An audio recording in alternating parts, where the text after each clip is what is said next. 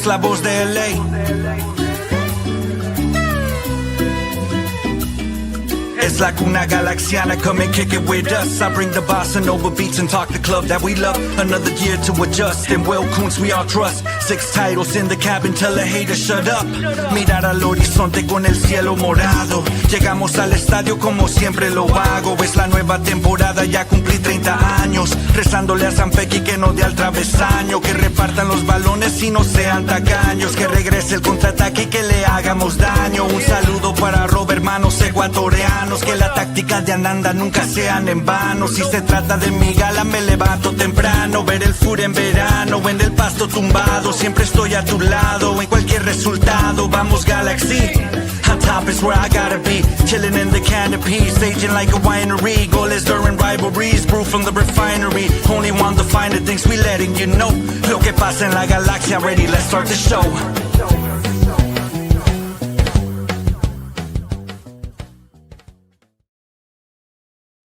Hello, hola, and buenas, and welcome back to another episode of La Cuna Galaxiana, a podcast always made with love for all you LA Galaxy fans out there, wherever you may be.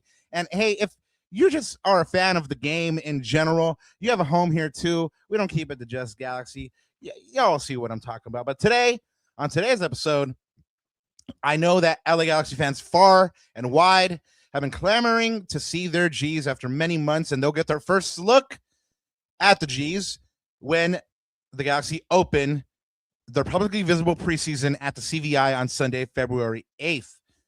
We'll look tonight at an undefeated preseason, and if it even matters, we'll examine the backline, who has only conceded 1 goal in these matches, prompting us to ask, is the Galaxy now a defense-first team? We'll also look at what Greg Vanney might be looking at or hoping to see from his team in the desert. And we'll also share with each other what we're most excited to see from this Galaxy team. Plus, of course, you know we're going to give you that LA versus Chicago preview. And since the season is about to start, all your LA Galaxy supporter groups are mobilizing for the season, and they are out there. We'll tell you how to link up with the best fans in MLS, all that and more coming up on La Cuna Galaxiana. But before we go any further, let me introduce myself. I'm one of your hosts tonight, and hopefully, until we get canceled forevermore, Rob Halon. You can find my written work at the Sporting Tribune, and of course, you can always find me online at El Escudero de LA. And if you see me out in the desert at the CVI, come up and say what's up, get a sticker, get a picture. I would love to meet you. Picture for me, really. I want to memorialize the occasion of meeting so many awesome people, man. And really, that's all I have to say about that. And since we're on the topic of keeping it brief but insightful, the man who always tells me, hey, let's keep it brief tonight. My co-host with the most, Ananita Kirana, el papá de Natita. What's up, Pa? Speaking to you from the Twilight Zone again, from the future. From the future. So yeah, there you go, guys. El multiverso. Look, it's season's finally here. I mean, the preseason is kicking off finally for us, little people in the crowd. We finally get to see our team. I unfortunately won't be able to see this team live and in person, so I'm sad about that. But breaking news, guys, Rob is giving out free hugs at the CVI on Sunday. So if you see him, truth. So if you see him, he's got some free stickers as well as some free hugs. So there you go. Absolutely. So that should be fun. But no, man. I mean, look, I was like, okay, let's preview this game. Let's get on the stream, talk about this team, and then all of a sudden, like, there's just a bunch of like little news bits and tidbits that dropped. And I think the more I think about approaching this season, I think I get a little more excited. I don't want to get too ahead of myself, but there are some really positive things to look at and to analyze and dissect. And the good thing is you're going to be able to see them in the flesh on Sunday to either refute or actually like believe in that. Like you're going to get to see it for your own set of 2 eyes. And so it'll be interesting to see what develops here in the next week or so before we play San Miguelito on the 19th, which is 14 days away. Miguelito. Yeah, man. You remember me by the end of like the third month of the season last year, how much of a grump I was. Man, I'm feeling good right now. Like you're right. It's the season's almost here and it's new. I mean, it's the comeback. Don't call it a comeback. Yeah, I mean, every year, that's the beautiful thing about sport, man, is every year is an opportunity to wipe the slate clean and go for glory, right? And so yeah, I'm really looking forward to the season, and hopefully we see what the Galaxy have put together in preseason. I mean, 3 wins so far, and we'll talk about that in a little bit. But I mean, it's wonderful, right? And hopefully we see that translated onto the field. There's a couple of things that I'm going to be personally looking for. Then after the match, of course, we'll get to talk to Greg and see what he is actually looking for in these players, and keep it locked. Of course, we're going to bring you that exclusive access to the press conferences post-match. So go ahead and drop in on that. But yeah, man, I'm really excited right now in this present moment. I hope that they don't make me crash all the way back down to earth on Sunday, because again, I don't want to keep writing the same headline, man. But yeah, I'm kind of amped right now. I'm good for it. Good. I'm with you. I'm with you. Like I said, just hopefully they don't let us down. But I think the early signs are good. They're positive. Yeah, no. Like 3 wins, only 1 goal conceded, and if they are going to be a defensive team, I mean, Greg Vanney used to be a defender. I mean, he defense first. I mean, he wanted to make the digs a fortress, right? So you start there. But anyway, we're going to get into all of that, guys.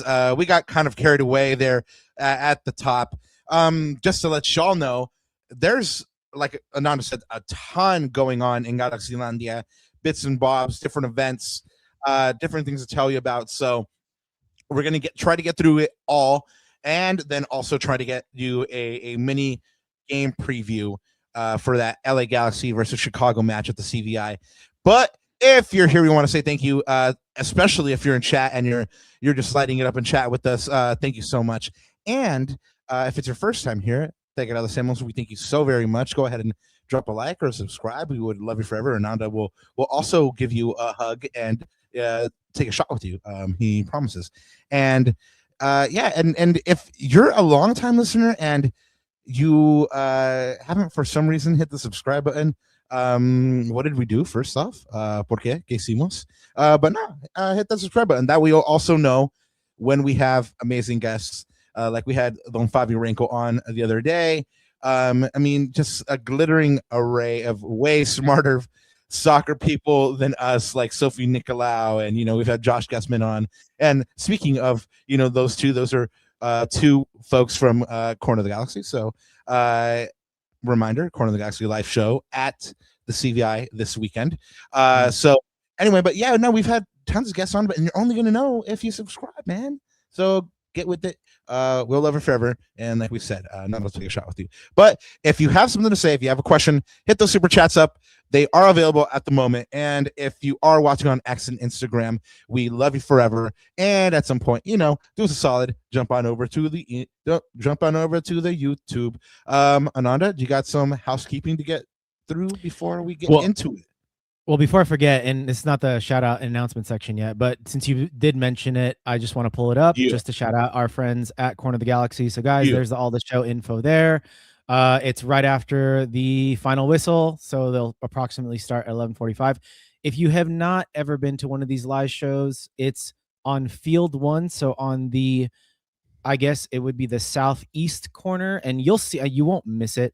So go ahead and check that out, guys. It's super fun. It's super informative. Usually Josh brings up really good guests from, probably talk to Greg Vanney, talk to Will, maybe a player or 2, and, some other folks. So should be a good one.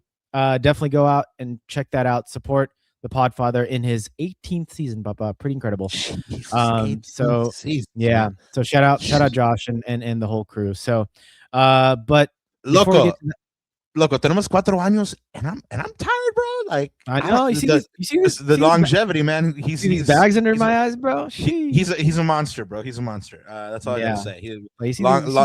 Longevity. This see He's these doing droopy it, man. eyes and these like bags and wrinkles in her eyes. I Oh can't man, believe that's because you've been taking flights, Papa. That's because you've been taking flights. So. yeah, I'm all out of whack. But anyways, guys, before we get started here, so as I always say, you guys can always follow me, block me, or stalk me at Ananda Galaxiana. Our handles are right there on the bottom of our screens. You can find us at Lacuna Galaxiana on all of your favorite social platforms. Rob's gonna drop Minuto de la Mañana here pretty soon with some other news and stuff like that. So go ahead and keep commenting. Let us know. Give us feedback on it if you do enjoy those. And of course, papá, como siempre, antes de olvidarme, buenos días, tardes o noches y bienvenidos a otro capítulo de La Cuna Galaxiana. Again, season 4 is coming very soon. Pales in comparison to 18, but you know what? We do our best. So let's kick it off with the shout outs. Well, like the Podfather said at one point here on the show, after 200 episodes, they kind of just all blur together. And they haven't started to blur together, but like I remember how excited we were for 100 shows, and then I realized that we're only like 25 to 30 away from 300, and I was like, like we're doing it, like it's fun, so I kind of stopped counting. But guys, if you've been here for the long haul, thank you. We've also started to branch out a little bit. Your boys are in other places as well. We've been popping up with Goals TV, doing a couple videos with them about the Premiership. Last one we did was that watch along in which the Red Devils famously took victory out of the jaws of defeat overwhelmingly against all odds. These brave lads from Manchester went into the Lion's Den and slew the beast named the Arsenal, and it was lovely, and all the people were happy. But anyway, we were also continuously on Soccer in 60. I was on the other day. It's usually Ananda or I, or sometimes both of us. But anyway, shout out to the Soccer in 60 lads. We jump on as your LA Galaxy resident. I wouldn't say experts at all, but they bring us on to talk about the Galaxy. So go ahead and catch that. Nah, say it with chest. Experts. Yeah, we're scholars. We're scholars. How about that? Yeah. So anyway, getting into these shout outs proper. Shouts outs. That's not a word. Shout out proper announcements as well. There's only 2 weeks until the CONCACAF Champions Cup. Remember, it's on the 19th. It is the 5th right now. Well, depending on when you're listening to this, again, multiverse kind of stuff. But right now, in the present, as we speak, it is the 5th.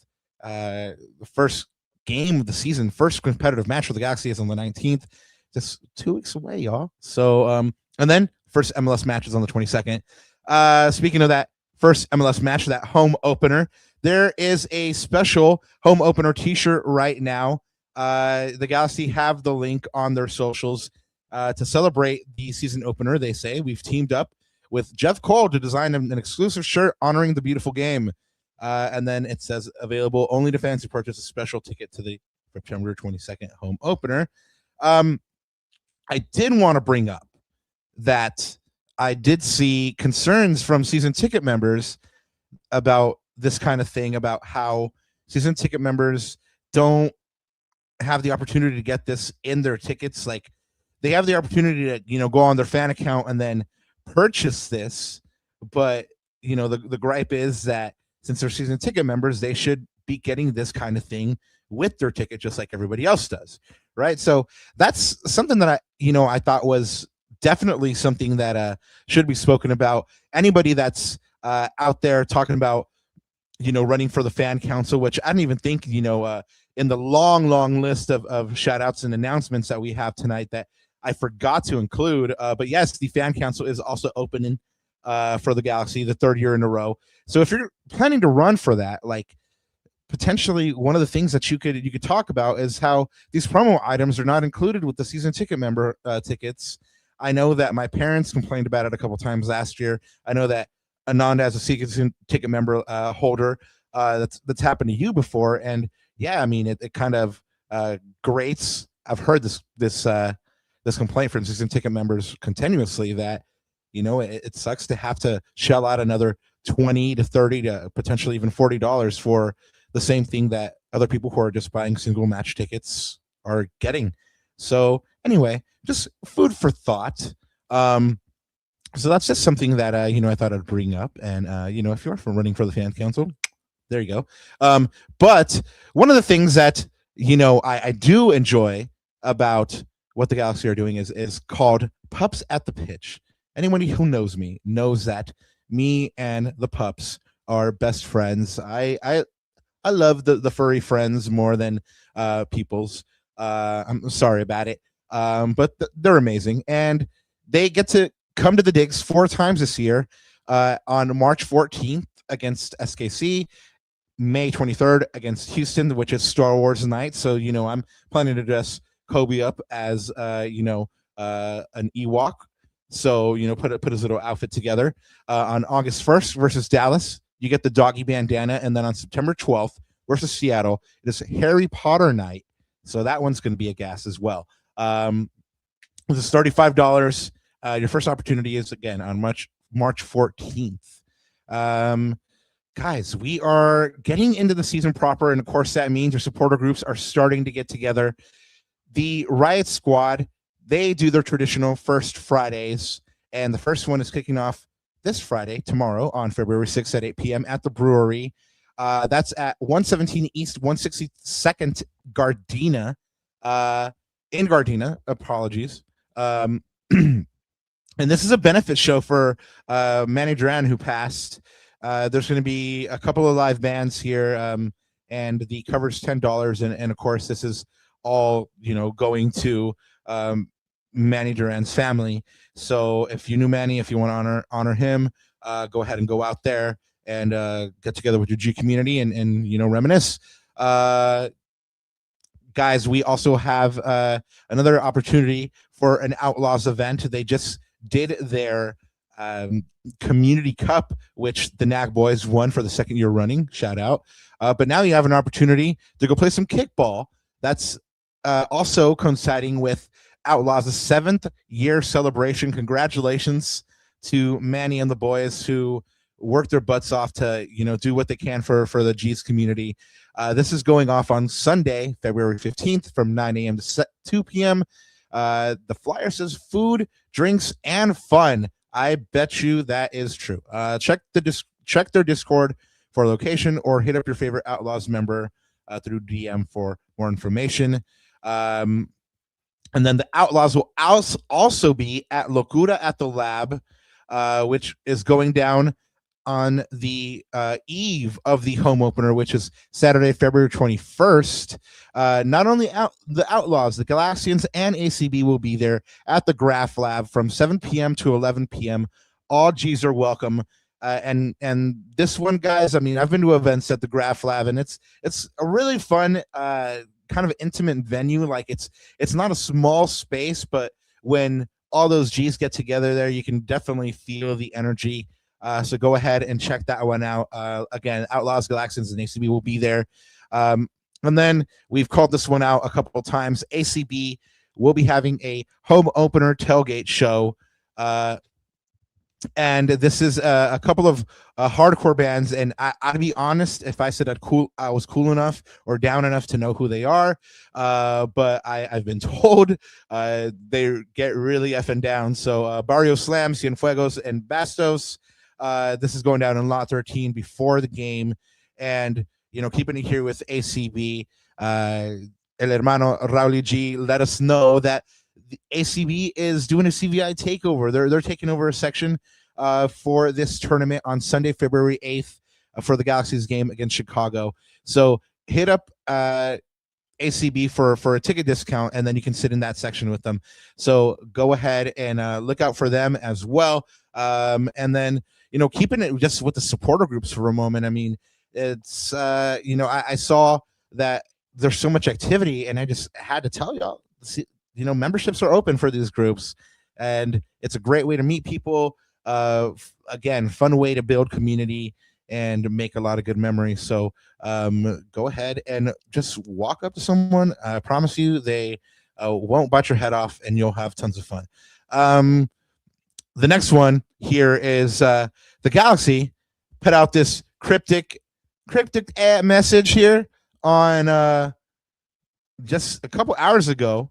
All it says is a 2/10/26, and it's a silhouette. It's a shadow of a player, and I automatically got hopeful that it was a player signing.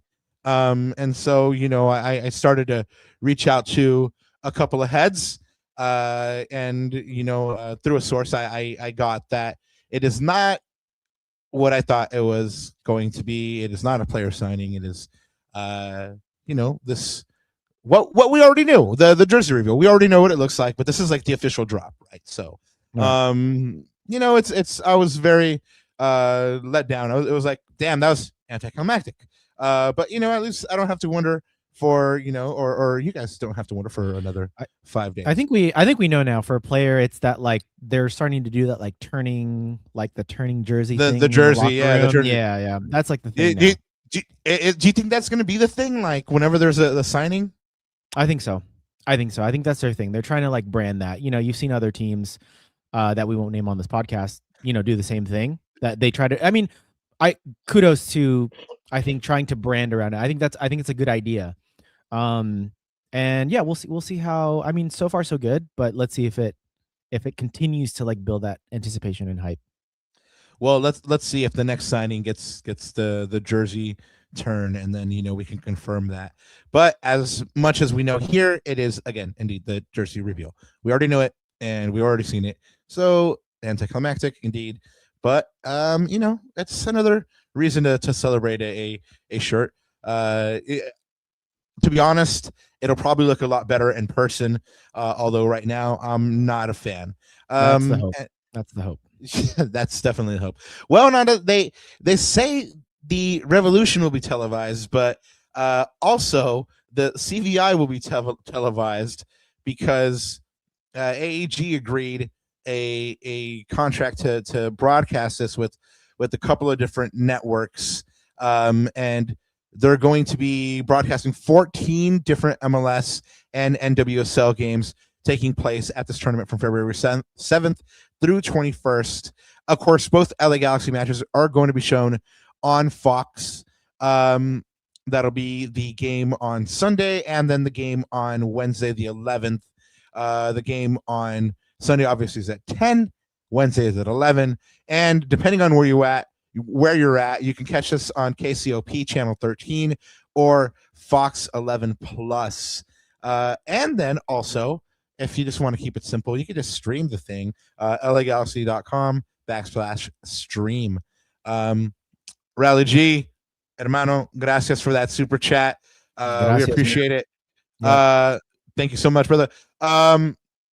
Well, Rally has a comment here. Who's going to the CVI? Let's get Rob being drunk. I probably shouldn't really be drunk when I talk to Greg or anything like that. You know what? Anything can happen at the Corner of the Galaxy live show afterwards, though. So who knows? Catch me out there. Rally G, it'll be a good time, man. Whether we imbibe or not. Well, I want to call out National Girls and Women in Sports Day. Shout out to all the women who work for the LA Galaxy and LA Sports and sports worldwide. I know that there's a lot of talented women at the Galaxy, some that we have the pleasure to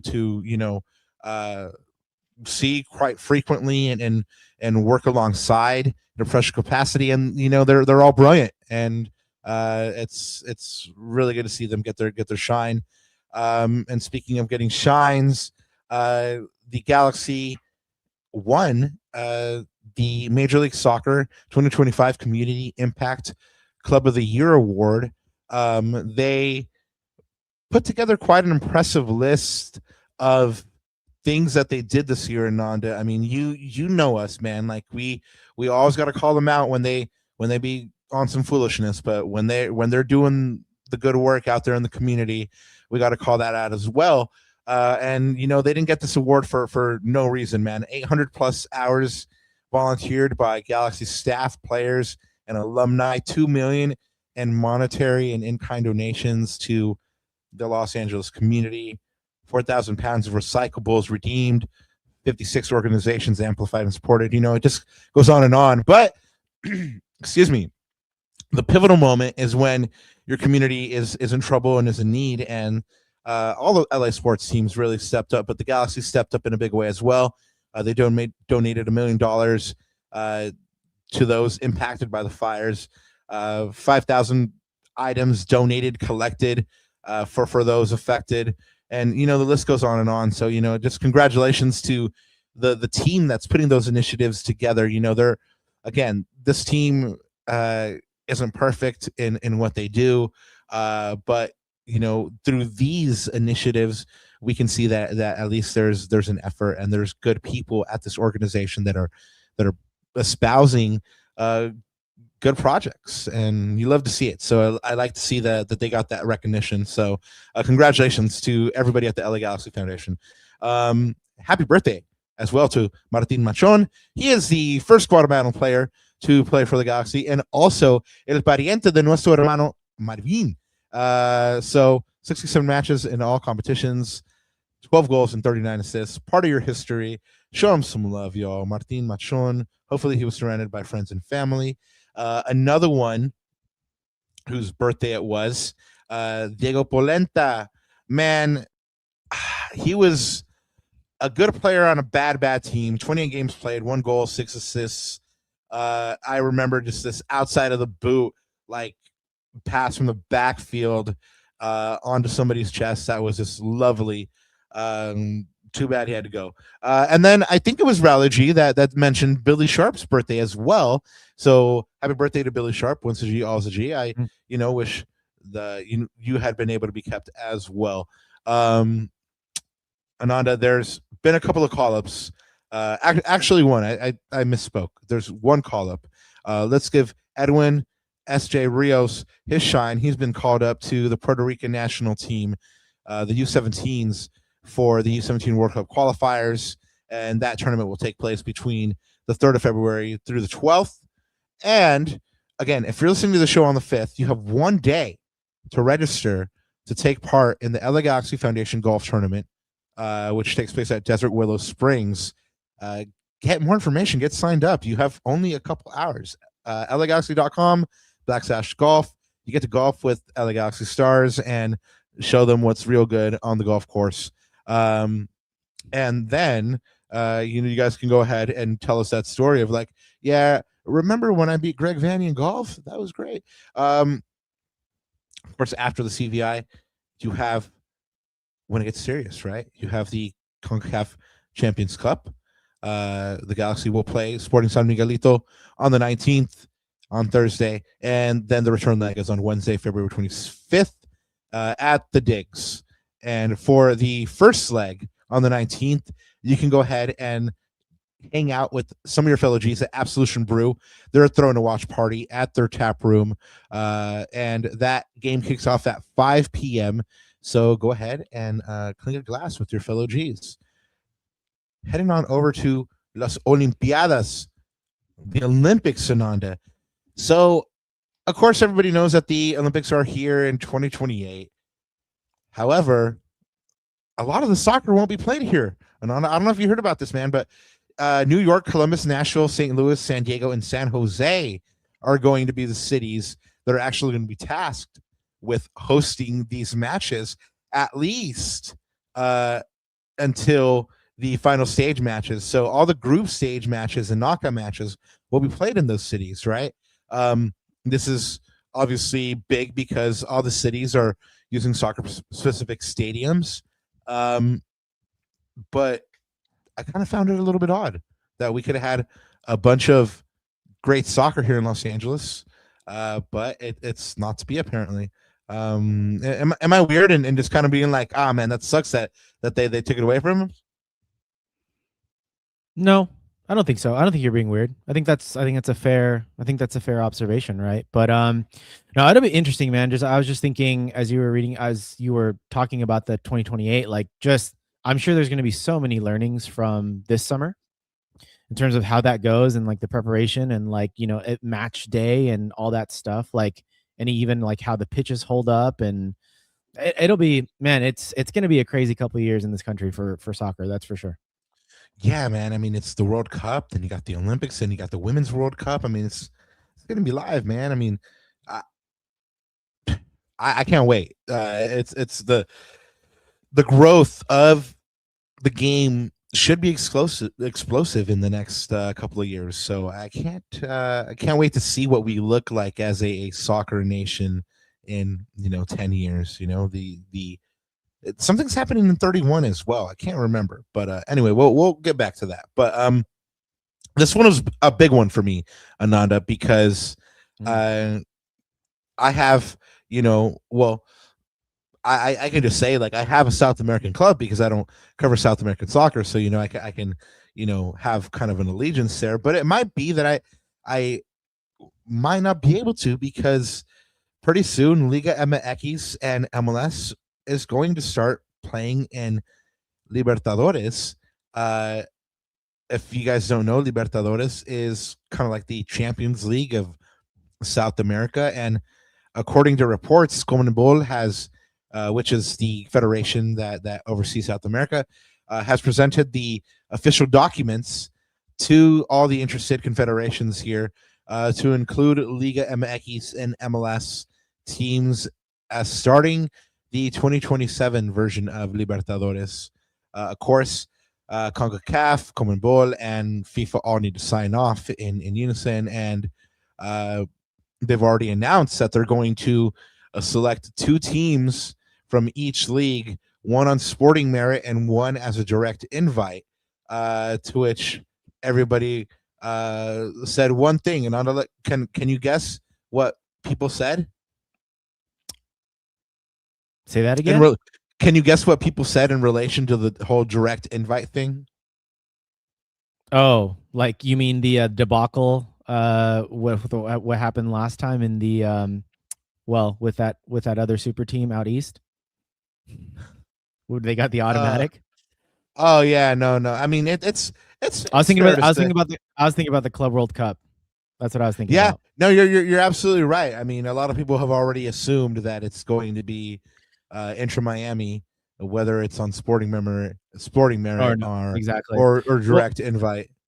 Yeah, the one thing that makes me think about is, like, so with all these tournaments now, extra tournaments, like these teams are going to need added depth, right? So MLS salary cap rules and roster rules, they've got to evolve, especially if you're looking at things like this. Like, they have to evolve. There's no way, the way the MLS roster rules are now, there's no way that you can sustain that and be competitive in all these competitions. Like, they have to evolve at some point.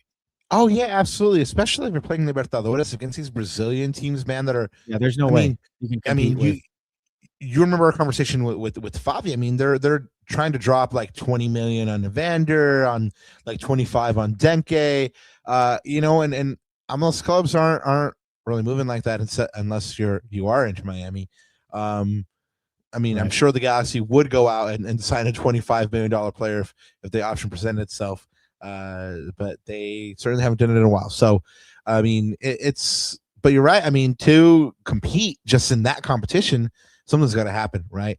And hopefully we're seeing the evolution of Don Garber's thinking, and hopefully, since there's been rumblings that pretty soon he'll be stepping aside and there's going to be a new commissioner. Hopefully he's just going to be like, you know what, I'm on my way out. F it, loosening the purse strings, giving the people what they want, and 6 DPs, 7 DPs, F it, 9 DPs, but who knows? That's just wishful thinking. But no, I do think there's going to be some kind of a relaxing of that. But we just got to wait on that.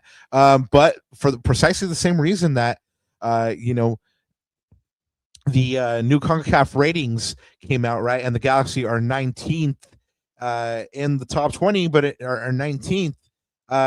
It would be great if they could go out and sign a couple more players. I mean, AEG definitely has the cash, and then let's not get it twisted. They also had a terrible 2025 and a pretty rough decade before that. But again, if there was a loosening of the purse strings, they could probably go out and spend, and it wouldn't have been so bad. But as it is in these CONCACAF ratings, ahead of the Galaxy's participation in this year's CONCACAF Champions Cup, the Galaxy, like I mentioned, is number 19. Number 19 out of the entire confederation. That's not terrible. A lot of people, when I reported on this, a lot of people jumped into the mentions and were kind of upset, like, how can it be? And I just remind you that it's cumulative. Per the press release, it mentions that the index ranks clubs and leagues across the confederation, with clubs gaining points for results in official domestic league matches, regional cup matches, and CONCACAF Champions Cup play. Some people were pretty upset about this, Ananda. They were like, sending messages in all caps and stuff. And I was like, I didn't make the rules. Like, I'm just reporting on, what CONCACAF said, dog. But anyway, Deportivo Toluca, they claim the top spot in the confederation, and it's just right around the corner, man. And indeed, it's already here. San Diego played Pumas already in the first match, and they took them out nasty style, 4-1. And nadie se lo esperaba, la verdad. I gotta admit, when I gotta eat crow, man, like, I didn't even say anything about this match, but continuously since last year, San Diego has kind of kept surprising me. So they did in the first leg. Let's see what happens when they go to Mexico for the second leg. Keeping it moving here, we want to say gracias, thank you to Zanka Mateus Jurgensen, part of your history, Galaxy. Once a G, always a G. You gotta say thank you, for the effort, for the professionalism at the very least. Like, I never saw him not try. But just what I mentioned on Soccer in 60. Yeah, what I mentioned on Soccer in 60 yesterday, it just didn't work out for him, man. It just, and honestly, I just don't think it worked out for him at Anderlecht either. But whenever we interviewed him, he was a great guy, always nice, approachable, and that's all really that you can ask for me as someone that covers him. I mean, for the fans, that's a whole another story. That's a whole another gripe. But anyway, we wish him well. Once G, always a G. Guys, you love to see Tommy just kind of debunk people. Lord, I hope I never run astray of Lord Tommy Boger on these transfers, man. But if you guys haven't been following along, Ikram Kunner was reporting that Joseph Paintsil had been the subject of transfer speculation, or had been sounded out by two Ligue 1 teams, and the Galaxy rejected both bids, and that they were holding out for between 17 to 20 million for a transfer that Trabzonspor was trying to complete for the former Genk player.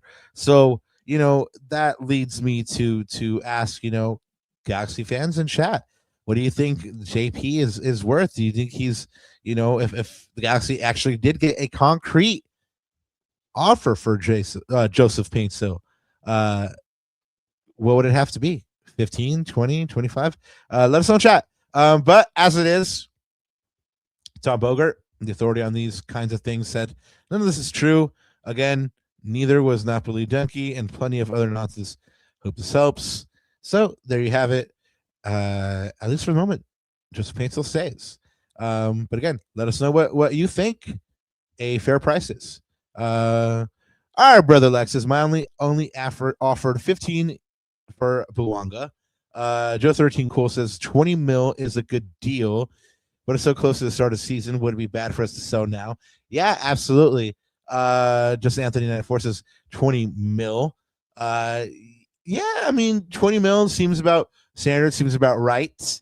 But again, he's saying looks Looks like that's what the Galaxy are holding out for. I mean, 17 million euros is about 20 million. Would you do it? Would you do it? That's good money. That's good business. You bought him for 10 and you're selling him for double. That's like the math is mathing for me there. That's good business. ¿Cuántos tiene? 28, 27 años. Tengo que mirar. Not sure. I think it's 28. I want to say it's 28. If not 27. Somebody in chat fact checked me, por favor. He was born in 1998, which means he is 28 years old. Okay. My math is mathing. Yep. If your math is mathing. Okay, yeah, I was right. 28. Yeah, 20 is good. 20 is really good, actually. There's not a lot of MLS transfers that get to 20 million and above, so that's pretty darn good, actually. But check it. If he has another consistent 10-goal year, I mean, first year 10-10, second year 10-5. Obviously, he wasn't going to have the production because the Galaxy wasn't scoring. So he dropped off in assists, but not in goals, right? So figure he has another 10-10 year. Do you still say, hey, 20 is fair, or at that point you're like, hey, this is a proven 10-10 guy. You got to give us at least 25, 30. 30 is crazy. Yeah. Right? I think.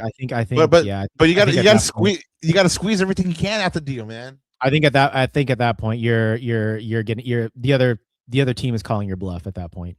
At that point, yeah, it's you gotta. I mean, I think even 20 is a reach, but like think about it this way: like the Galaxy spent 20 million to get two players that completely changed their year in 2024.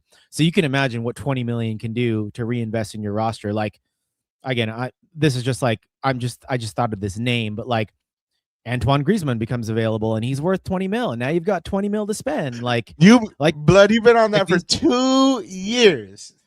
Nah, it's just a name. Like you can insert any name here. Insert Weston.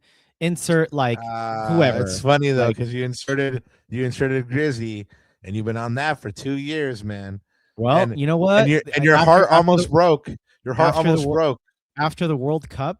No, look, like for me, like my heart would break for like who's just trying to think, like not now, but like Benzema or like a Madrid player or like an Arsenal player, But nah, it's there's going to be a lot of interesting options after World Cup. That's all I'm going to say, right? So, I think if again the Galaxy I just love that Tommy debunked that whole report, but 20 million is a lot for an MLS team. It's a lot. So it looks like the Galaxy are pretty convinced. Like keep what you have at least until the World Cup, June 2026, July. Well, really, July 2026.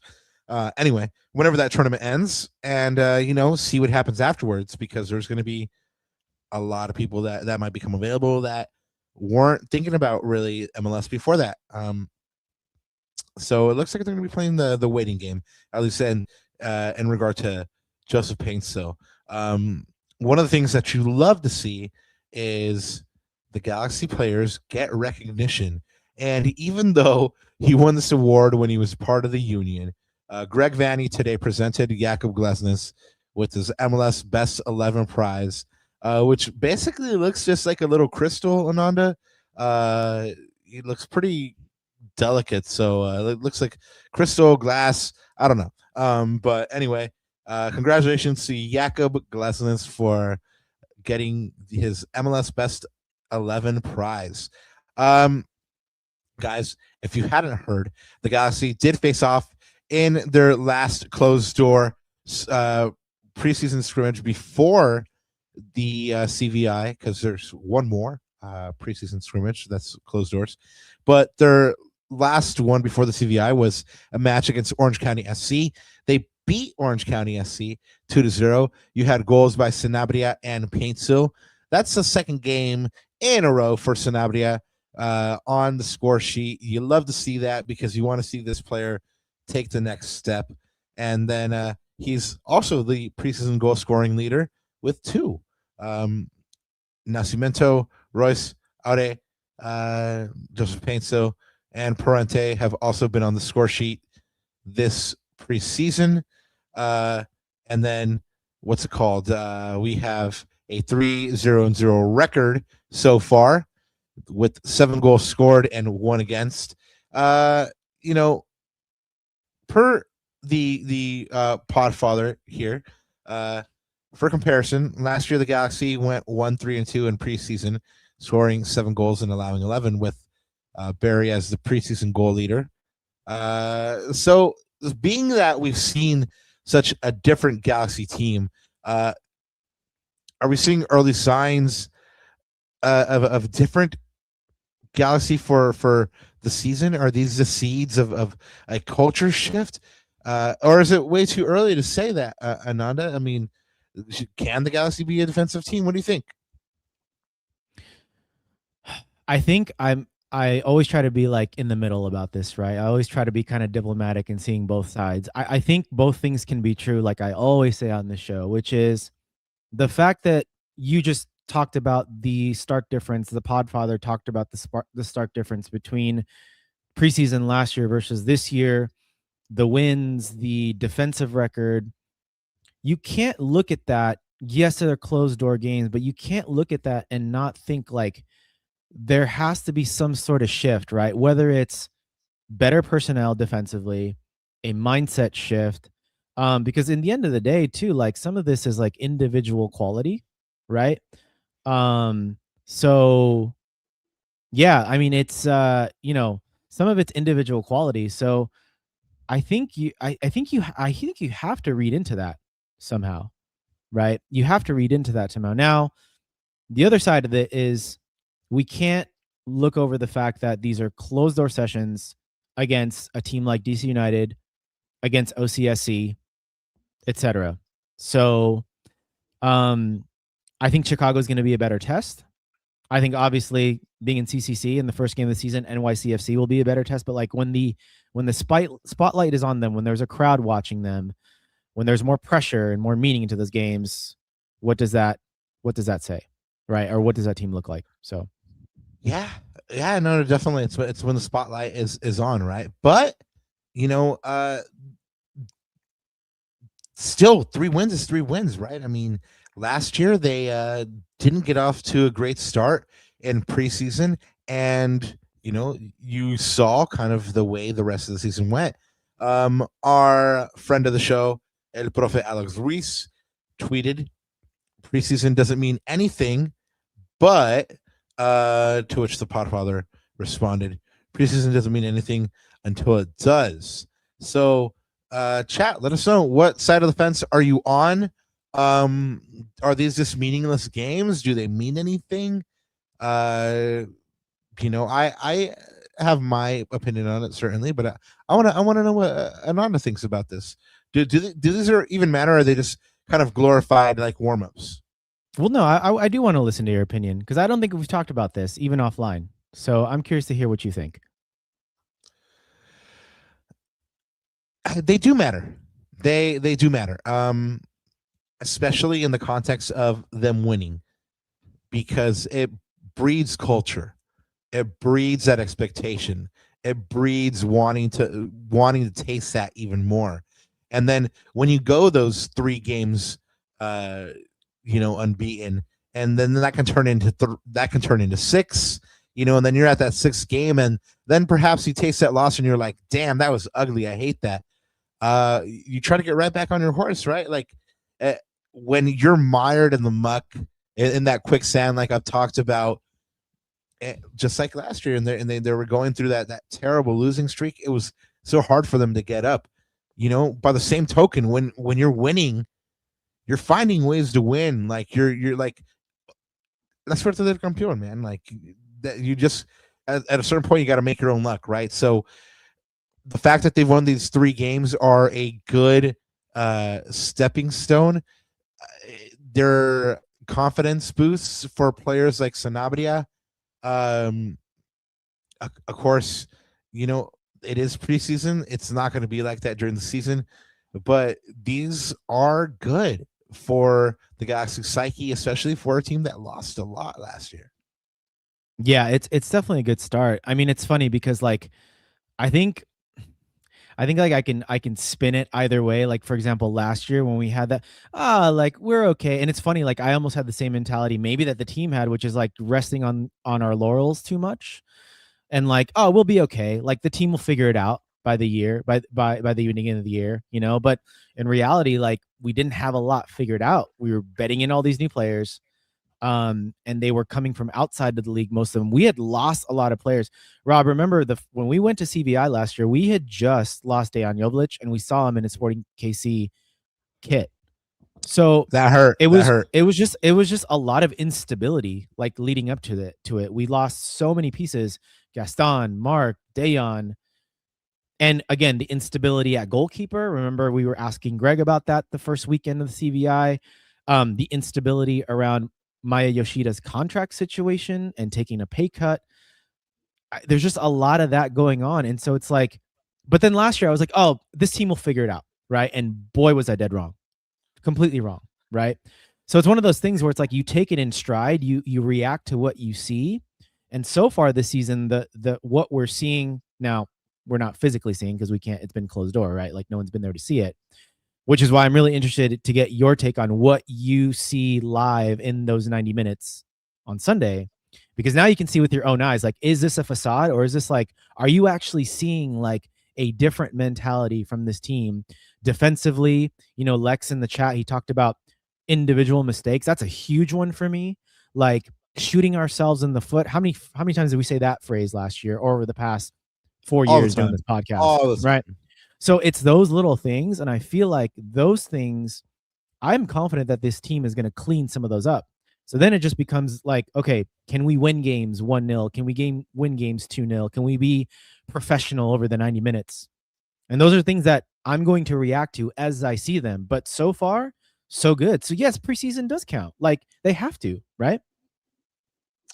You know, I agree with you.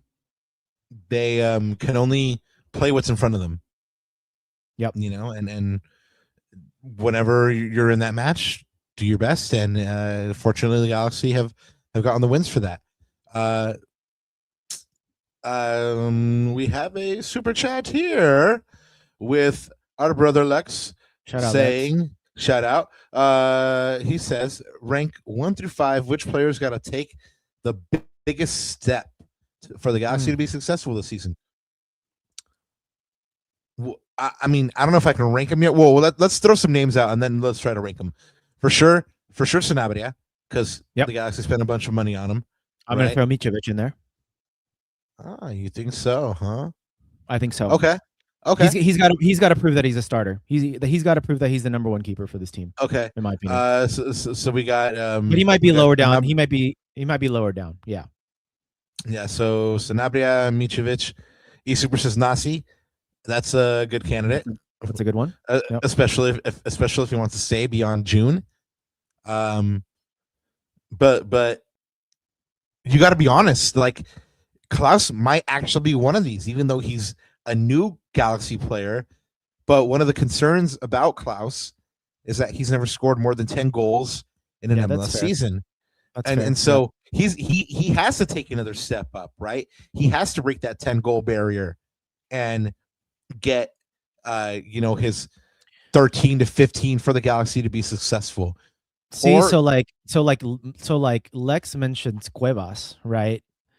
And it's one of those things where I don't think Cuevas has to be magnificent for this team to be successful. Like you've got Yamane as the starter and everything like that. So yeah, I mean, Sanabria is definitely up there for me. Ooh, Joe 13 cool. Peck, that's a good one. I agree with that one. Peck had a down year last year. So yeah. Somebody in chat also brought up the fact that Pecky hasn't scored in preseason, right? So that's kind of consistent with what we saw last year, in which he didn't hit the heights that everybody thought. Sophie thought that he was going to be an MVP candidate, and it just wasn't to be, right? But yeah, no, that seems like a pretty decent enough list. I mean, I don't know if I would say Sergio needs to take like the next step. I would say he needs to get back to where he was for sure. But he was on a good trajectory, so I don't know. I think he same just with needs to Peck. like readjust. Same with Peck as well. Yeah. Yeah, but no, there's definitely the midfield, right?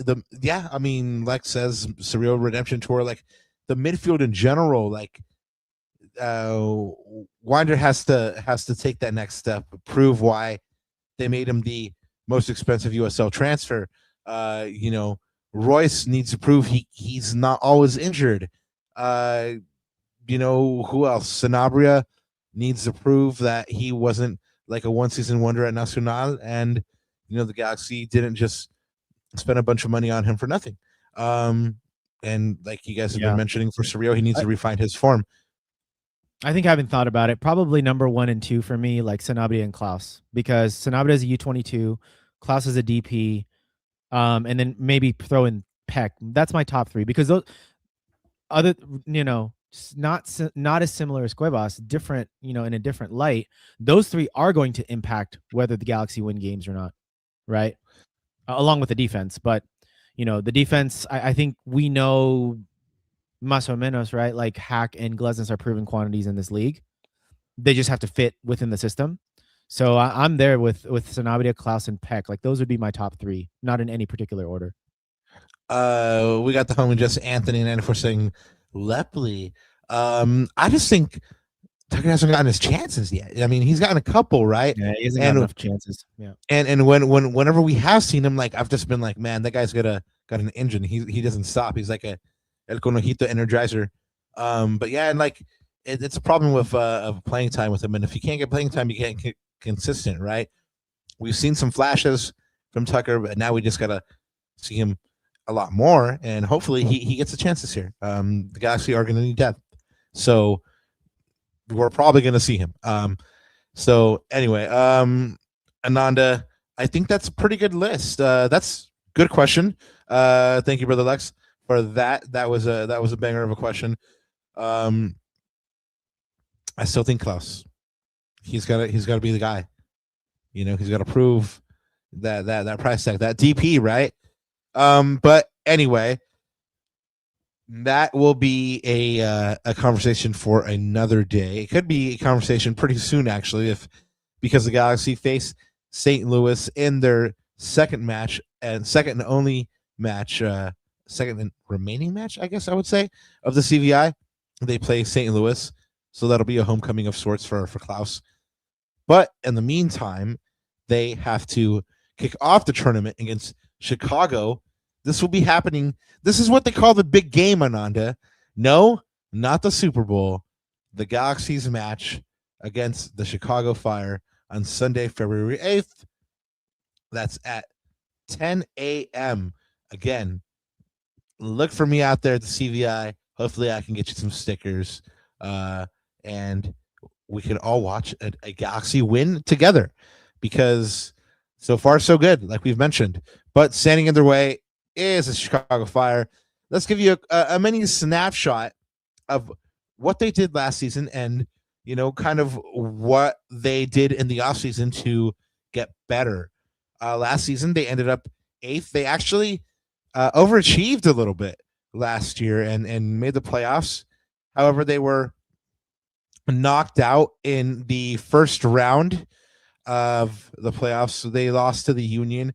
That was their first postseason appearance since 2017, Ananda, and they did it behind an attack that scored 68 goals. That was the second highest total in MLS, behind only Miami. Messi and the boys, right? Messi and the boys were scoring for fun. So Chicago. Who knew, right? The downfall? The Galaxy's downfall. The defense, man. Chicago conceded 60 goals last season. And, one of the main focuses for, Greg Berhalter in the offseason was trying to shore up this defense, because the offense is set, right? They have, Hugo Kupier's all-star midfielder, Philip Zingernagel, and then you have Jay Bamba, right? And then they all combined for 37 and 28 last year. So your offense is set there in Chicago. what you don't really have is a good defense. So they made really good strides to kind of shore that up. Where the Galaxy, shored up the defense with Glesnes and Hack. Chicago went really young, and they signed South African center back. I'm gonna try not to mispronounce his name, Mbekazeli Mbokazi, who's a center back. Ananda, he's an international for South Africa, and a lot of people were expecting him to kind of make that next jump, and everybody got a really good look at him at AFCON, and he impressed folks so much that he became a $3 million signing for Chicago. He immediately improves their defense, and just like the Galaxy conceded 66 and are hoping to get better, well, Chicago conceded 60, and hopefully Mbakazi helps him get there. They also signed his fellow countryman, Puzo Dithjane, a winger who's considered one of the most promising young wingers in the South African setup. They also picked up Swedish international Anton Solteros, veteran Robin Ladd. You remember him. And goalkeeper. Yeah, good little player, right? And goalkeeper Josh Cohen. But they did lose the veteran midfielder, guy who's won a lot of different trophies, Kellen Acosta. They mutually contract terminated there. They broke up with each other, basically. Homegrown Justin Reynolds to SKC. And then the big one was the homegrown star player, Brian Gutierrez. I don't know if you remember the banger of a goal he scored on Galaxy. He scored a banger of a goal on the Galaxy. And I don't know if it was last year or the year before that. I think it was the year before that in 2024 when they were like just on this incredible run. They went to Chicago. Like, I think it was like a midweek game, and they just like laid a stinker there in Chicago. Yeah, dropped it down. Yep. Gutierrez was unbelievable that game. And he's he's now in Liga MX with Chivas de Guadalajara. So I mean, it's a big loss for them. Big loss for them. That's a huge talent right there. Yeah, no, for sure. Well, we do have a super chat from the homie XPH. He says, you're listening to the LCG podcast with your hosts, Rob and Ananda. Please be sure to like and subscribe. Rob, hope to see you Sunday. You will, for damn sure. Ananda, have a safe trip. Thank you, sir. Appreciate it. And he will too. He will fly back to us on Angel's wings. I can't wait to see all you guys on Sunday, man. It just, and I've talked to a couple of you guys, offline here, and even the cats that have said, like, oh, I can't make it, just super excited for everybody that is going, right? It's like one of these things. It's like the first day of school. Everybody's like, man, I want to see people. I want to, hang out. Damn, like if I wasn't working, snaps, we might have made it a party. But anyway, we got to keep it professional, right, Ananda? We can't let it be the last CVI that we cover, right? Guys, that's what we're trying to tell. Well, that's what we're trying to tell Rally G earlier in the show. But exactly, he said he misses the old Rob. So there you go. Oh yeah. Well, y'all remember old Rob back in the day when he was the young lad in the stands. I mean, I hope you do, because I don't remember any of those times, but I remember they were fun. But anyway, we grow up, and then we have to talk like this in the press box because we can't be really loud. What a difference, right? But anyway, I wouldn't trade it for anything in the world. It's wonderful covering this team for y'all. But anyway, the Fire, they've done a couple of preseason closed door matches as well, Nanda. They were in beautiful West Palm Beach, Florida. Apparently it was super, super cold in Chicago, and then they headed off to Florida and were basking in the warmth, where they beat Nashville 4-1 in their first match and 1-0 win over SKC in their second. And now, again, they face off against the Galaxy at the CVI, followed by a match against Austin and a match against Portland to finish out their preseason. Ananda, in relation to this match, against Chicago. What do you want to see out of this match? I mean, is there something you're looking for?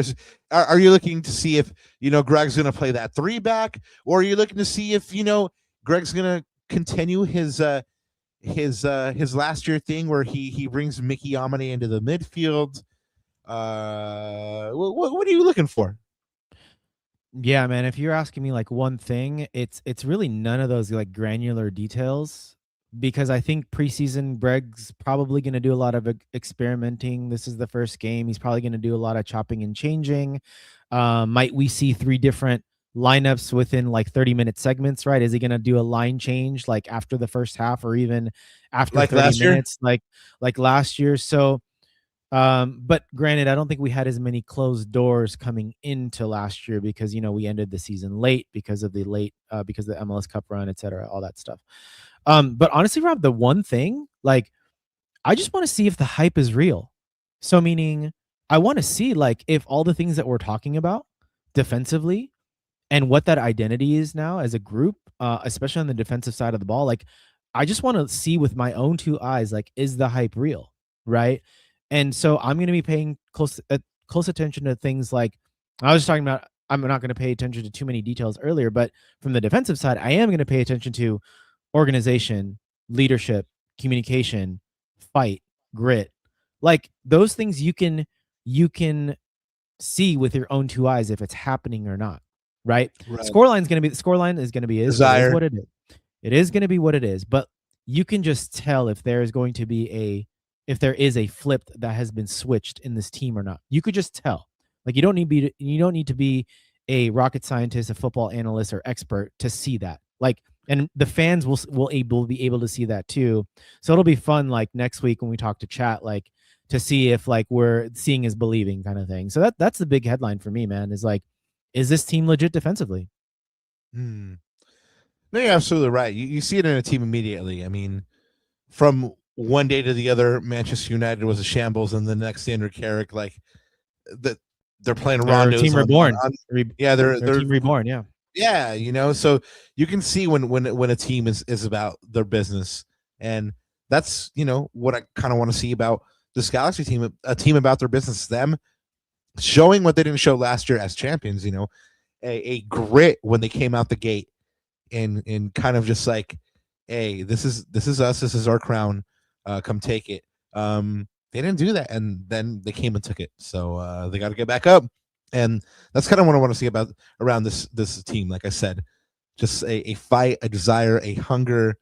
Last year, Greg spoke glowingly in glowing terms about the kind of striker he wanted. I don't think he's going to get it right now, but what he said was kind of interesting. He said that just just like an absolute madness and a desire to get the ball in the net, right? And so by the same token, just like an absolute madness and a desire to defend the shirt, to keep the ball out of the net, out of our own. well, right? No, yeah. It's not even that. Like, yes, at the end of the day, like, it matters if they win. However, what matters more is that effort. Well, not matters more, but like in conjunction, you get to that victory by the effort you show, right? So like for me, like, I want to see a team that is proud to go out there and represent that crest, proud, makes their fans proud that they're out there giving everything for that crest. And I think if they do that, a lot of that will translate into wins. They have the talent already. They just need, like you said, they need to flip that switch, Papa. Yeah. And they need to flip that switch. Like, a big indicator for me will be like, just no shooting ourselves in the foot, no defensive errors. I mean, little things like slips and stuff like that, that'll happen throughout the course of the game. So if it does happen, like, what's the mentality? How did the Galaxy respond? How does the team respond to maybe just an individual error or just like a slip? Because those things happen, especially like, remember last year, Rob, they really watered down that pitch pre-match. Like, the sprinklers are on that whole time, right? All the time. So you can see that a little bit. But it's like, okay, if something happens, like, how do they respond to it? And that was a really big characteristic of the 2024 team. So it's things like that. And that's why I think it's like, I just chalk it up to like, is the hype real? Like, is everything that we're talking about, is that going to manifest itself? We'll find out on Sunday. Yeah. Well, I mean, the Bears will show us who they are, you know? We have a super chat from nuestro hermano, just Anthony 94. He says, I know it's too early, but based off our first 5 MLS matches, what do you predict our form will be? Win, loss, and draws. Cheese up, familia. Lars. So Rob, before you answer that, let me help you out a little bit. Just a little refresher. So first 5 matches, 3 games at home against NYCFC, the home opener, Charlotte, and Sporting Kansas City. And we are away to Colorado and Portland in those 5 games. I can't remember if we get past the first round of CCC when the next set of fixtures are, but I want to say it's going to be crammed into March. So it is going to be another busy fixture schedule as well during that 5-game stretch. So it's something to consider. So yeah, if I remember correctly, it's like 4 and 9 days, and then there's like a week where it's like normal, and then it goes back to, well, this is of course if everything goes according to plan and they get through. There's another just congestion of like 4 and 9 again. It's brutal. Like when we talk about the depth and we talk about the opening of the season, the Galaxy have a brutal opening to the season. Like that's like I mentioned, I mean, that's 4 and 9. Like there's a week off or something like that, if I remember correctly. And then again, 4 and 9, it's just monstrous. I they think need that depth. I think like the Galaxy haven't been a really good road team that we've seen over the past couple years. I would imagine and this is just a shot in the dark again, not knowing anything and the fixture congestion and all that, because that stuff does make a difference with all the travel. I'm going to say it's something like 2-2-1. So something like they win 2 out of their 3 home matches. They might draw one of those. They'll pick up a loss maybe on the road, because again, it's playing on the road is never an easy thing. Now, granted, no cross-country travel, so it's only travel to Colorado and Portland Timbers. That 5th match against the Timbers is going to be a beast, man. Yeah, I mean, look, from a tier perspective, Portland Timbers we're in that tier, like 2nd tier, tier 2, tier 3, whatever you want to call it in the Western Conference. Like Portland is like our competition, thinking about those 5th, 6th, 7th playoff spots at the moment. So you're right. It should be an interesting game, but yeah, like 2-2-1, I think it would be decent. I think it would be a decent start. Maybe the bare minimum. Something like that. That's what I'm guessing. All right. So first match is against the NYC. I say they win. Second match is against Charlotte at home. That's a dub. I'm gonna go out on a little limb right now. I got to analyze it a little bit more. I reserve the right to change my mind on any of these. Mind y'all. I'm calling a dub against Charlotte, so that's 6 points right there. Then they go to Colorado, calling a tie. The Galaxy always play pretty decently against Colorado, at least recently. Then it's SKC at home. They should have enough to beat SKC. And then I'm calling optimistically a tie against Portland. So I don't know what that was. But yeah, I think that might be the one banana peel for me. That might be the one loss. So whether it's like, I think 2-2-1 is probably the bare minimum. I think 3-1-1 would be, like eSuper says, I want 10 points from the first 15. That should probably be like the goal, right? You win all your home games and then take your chances on the road, again, depending on when those fixtures fall in the second round. Because if you got to go on the road twice and the CONCACAF Champions Cup fixtures falls in between, then we've got to travel to Jamaica, if I'm not mistaken, right? If we get past through the first round. So that's not going to be easy. That's going to be difficult for sure. Yeah, and the travel, the congestion, it adds up. But let's start to look at who might be in the starting 11 for this match against Chicago. And I think we were pretty much in agreement with what we think Greg might go with. Well, let's see. So this is mine. Again, again, this is not accounting for like line changes and stuff. This is probably who he will start with. I'm going to assume that he's going to start with his strongest available. So I just went with the simple 4-2-3-1. So you've got Mitrovic, Nelson, for all of those in audio, by the way. And by the way, if you are in audio, this is maybe a little plug to join us on YouTube and maybe join us live so you can see some of these janky graphics that I always throw up here every now and then. So anyways, Mitrovic at goal, Nelson left back, Hack and Glesnes as a center back partnership, Yamane on the right, Cirillo, Sanabria, and Marco Royce in the midfield with Peck, Klaus, and Paintsil, our 3 DPs, as the 3-headed monster up top. Pretty straightforward. I don't think there's like any huge like surprises or anything like that. I mean, throughout the course of the game, you might see Hack step into the midfield. You know, you might see Aude, you might see Cuevas get some few minutes, but I think this is what Greg's going to go with. And if I compare that to yours, so you've got the same personnel, but it's just a matter of playing. No, hold on. Let me caveat here. I had the same as well. I had the same starting 11 as you did. Only I said, okay, that's kind of boring. If we just go, oh, we have the same starting 11. So we've been talking about what a 3-back could look like. So let's look at what a 3-back could look like, and then chat. Feel free to jump in and tell us what you think. Obviously, like Mom didn't let me like move anybody around even a little bit, so you know I would bring Cirillo back a little bit and advance Royce a little bit and move him a little bit more into the middle. But yeah, this is essentially it. With the only thing that Aude perhaps might be better in this system because he's more of an attacking player. Yeah, so that's what I think a 3-back could look like. But what do you think?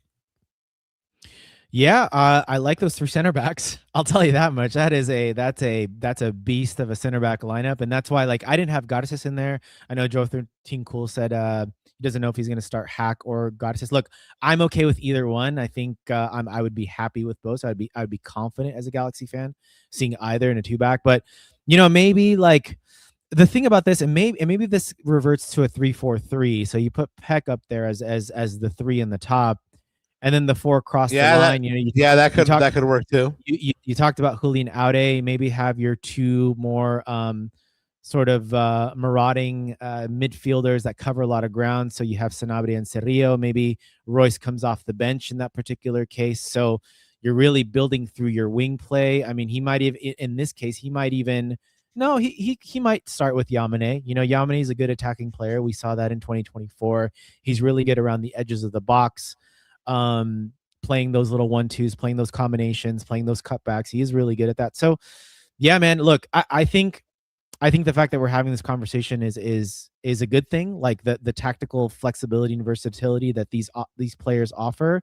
I also think that someone brought it up in the chat that this lineup looks so refreshing compared to last season. I think this is the bigger point, is that you look at those 2 different lineups and you just have a sense of confidence. Like even without ever seeing this team, like just looking at it on paper, you have a sense of confidence that the floor is much higher than it was last year.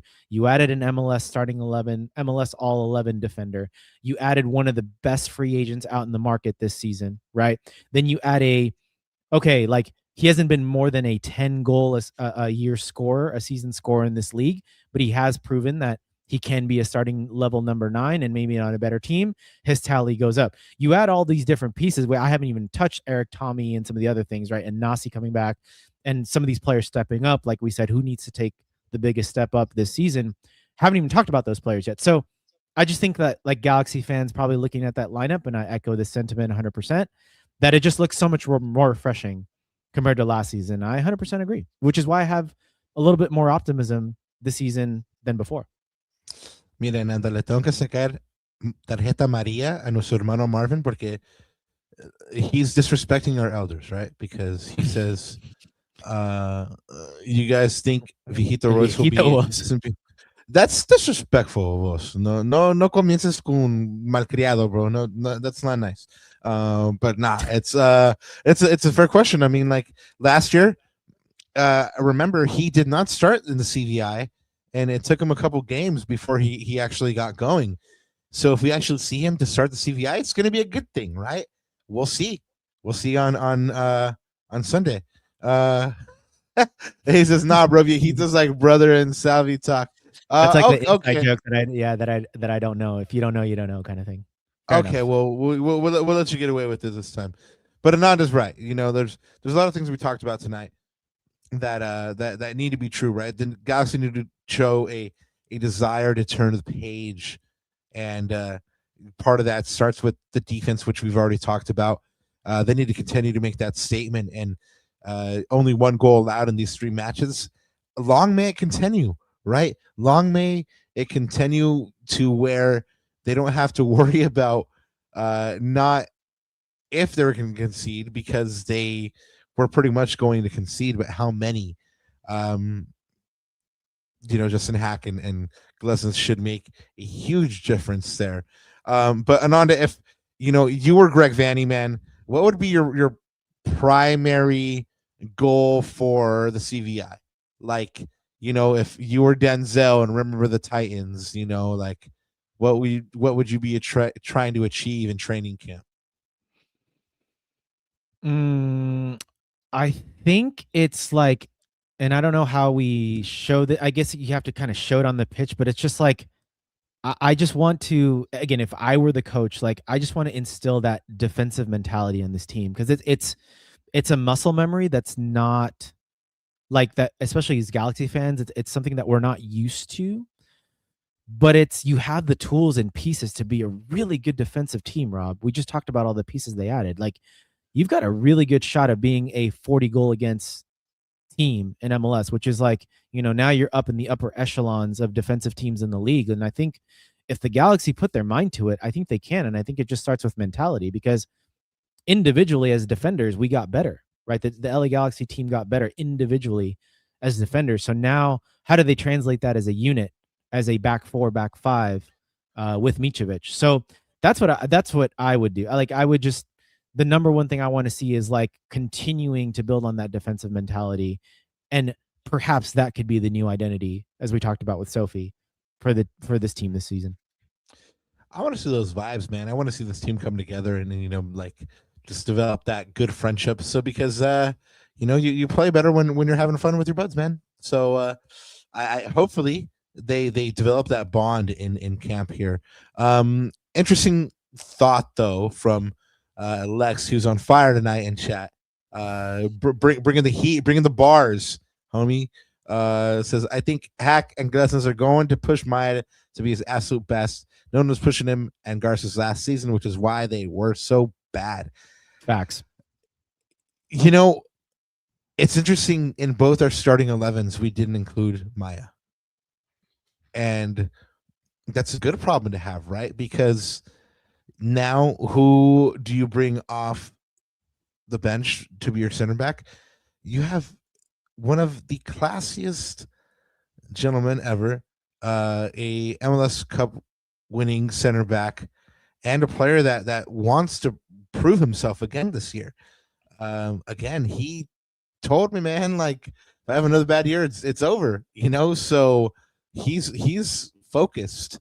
When we asked him, what were his plans to vacation or whatever, he was like, no, like I already have my plan, like my fitness plan, and like my trainer, like we're going, like we're doing it. So I hope that Maya comes out and he makes it like a real big effing headache for Greg to drop him, so. Yeah. But right now on paper, yeah, he's the odd man out, man. And it's crazy because it might be that Garces is the odd man out as well.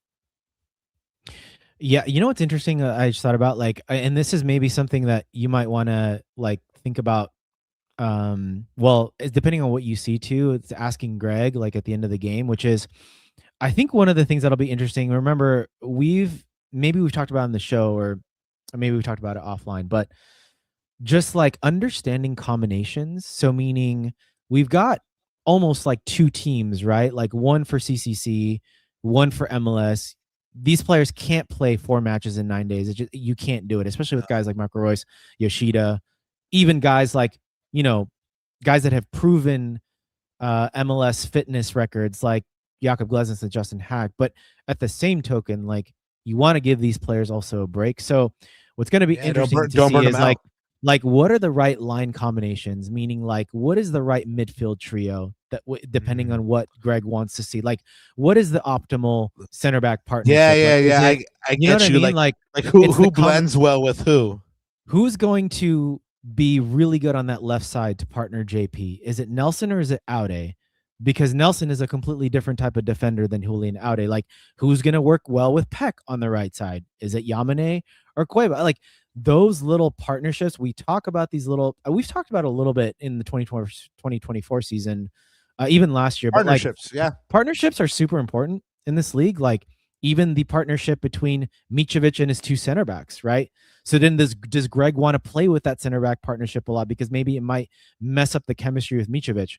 I think those things, as you're paying attention to the game on Sunday, maybe something to watch out for, Rob, and like maybe ask Greg if you see something that's interesting.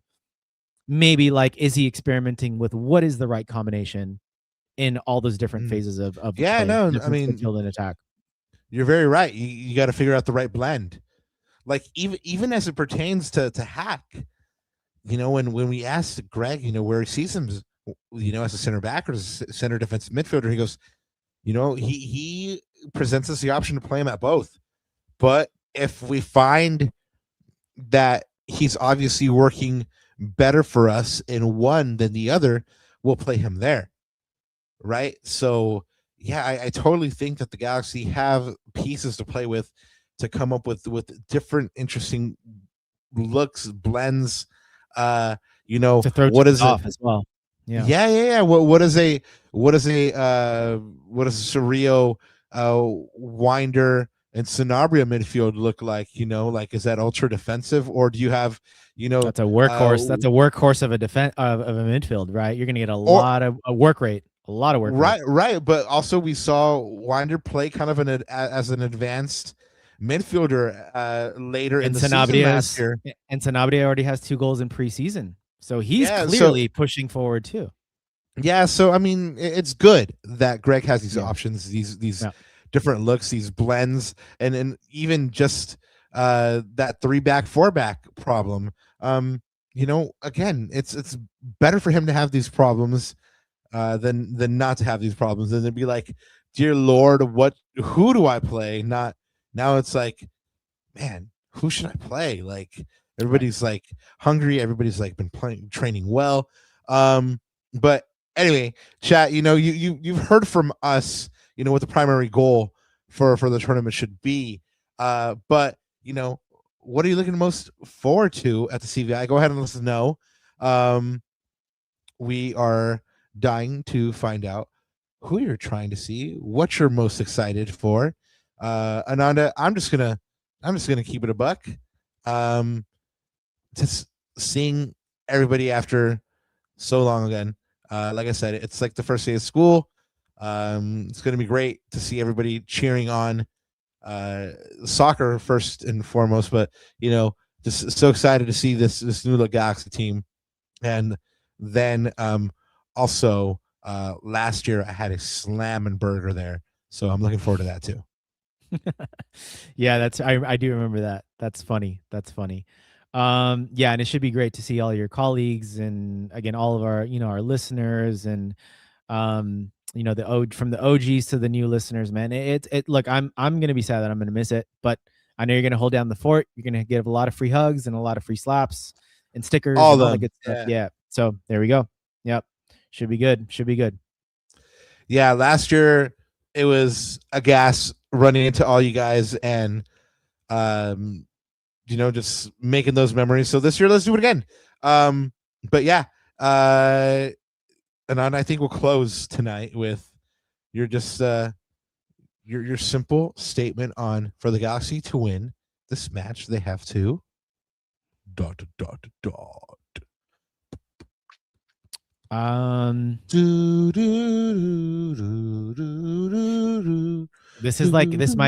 might be a big, bold statement, but maybe they don't need this to win, but I'd like to see them keep a clean sheet. I'd love to see them keep a clean sheet. That's not a bold statement at all. I'd love to see it, because that to me would send me a statement.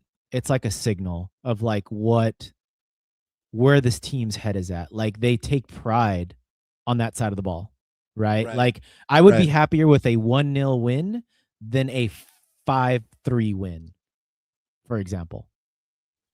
Yeah. And especially in the face of line changes, like you make all those changes, but you're still keeping the ball out of the back of your own net. Or let's say one goal, right? Maybe there's like an individual area or like a slip. No. No, Don't because compromise. it Don't happens. compromise on that. Like, It happens. It's I mean, they've done it already. They've done it already. Let's expect that clean sheet because they've done it already.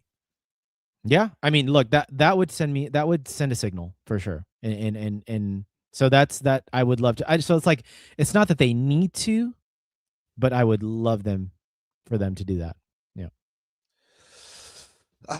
For the Galaxy to win this match, they have to find a way to get Klaus going early. Like start trying to connect him with his wingers and with Royce early. Start making those connections, like you said, those partnerships early. But you refer to it a lot with Dayon as the tip of the spear, right? Yep. That's what Klaus needs to do. He needs to become that tip of the spear. So the team needs to find a way to make him the tip of the spear, get the ball to him, in advantageous positions, and they'll find success. I think that pretty much wraps it up for us, Ananda. Do you have anything else to add before I tell the good people what's going on here? I just want to say thank you to everyone in chat. You guys were on fire per the usual. And as the show's gone on, Rob, I sense that there's a little more like excitement and a little more optimism as we're talking about these things out loud, right? And that's why I like forums like this, because it's good to get a pulse of what the Galaxy fans are thinking. And hopefully when you see them too on Sunday, like you can tell like what the vibe is, what the vibe's going to be. And so that'll be fun to react to as well and get your sort of boots on the ground thoughts on it. But look, guys, I don't want to like gaslight anything or like be overly optimistic, but I think there are things to be optimistic about on this team. Now we just have to see it on the pitch and all come together. And our first shot finally to get to see that is Sunday at the CVI. So everyone that's going, have fun, stay safe, say what up to Rob. And yeah, we'll see you guys here again on Monday. For damn sure we will. On Monday, February 9th, we'll be bringing you our match reaction of the Galaxy's first CVI game, which, of course, is the first look for you fans at this Galaxy team with these new players, perhaps new formations, perhaps new midfield trios. Who knows? The options are limitless. Then on Wednesday, then on Thursday, we will be bringing you our reaction to the Galaxy's midweek game, and also getting you ready for the Galaxy's upcoming schedule after that, which includes a Champions Cup match on the 19th. Ananda, anything else to add? I think there's only one thing left to say, right? Only one thing left to say, which is I'll see you guys at the CVI. Is that what it is? E? That's right. Come get a sticker. That's what it is. E? Subscribe to Lacuna Galaxiana. That's what it is. And like the video. Y yo creo que hay solo una cosa más. All right. For realsies this time. Jesus!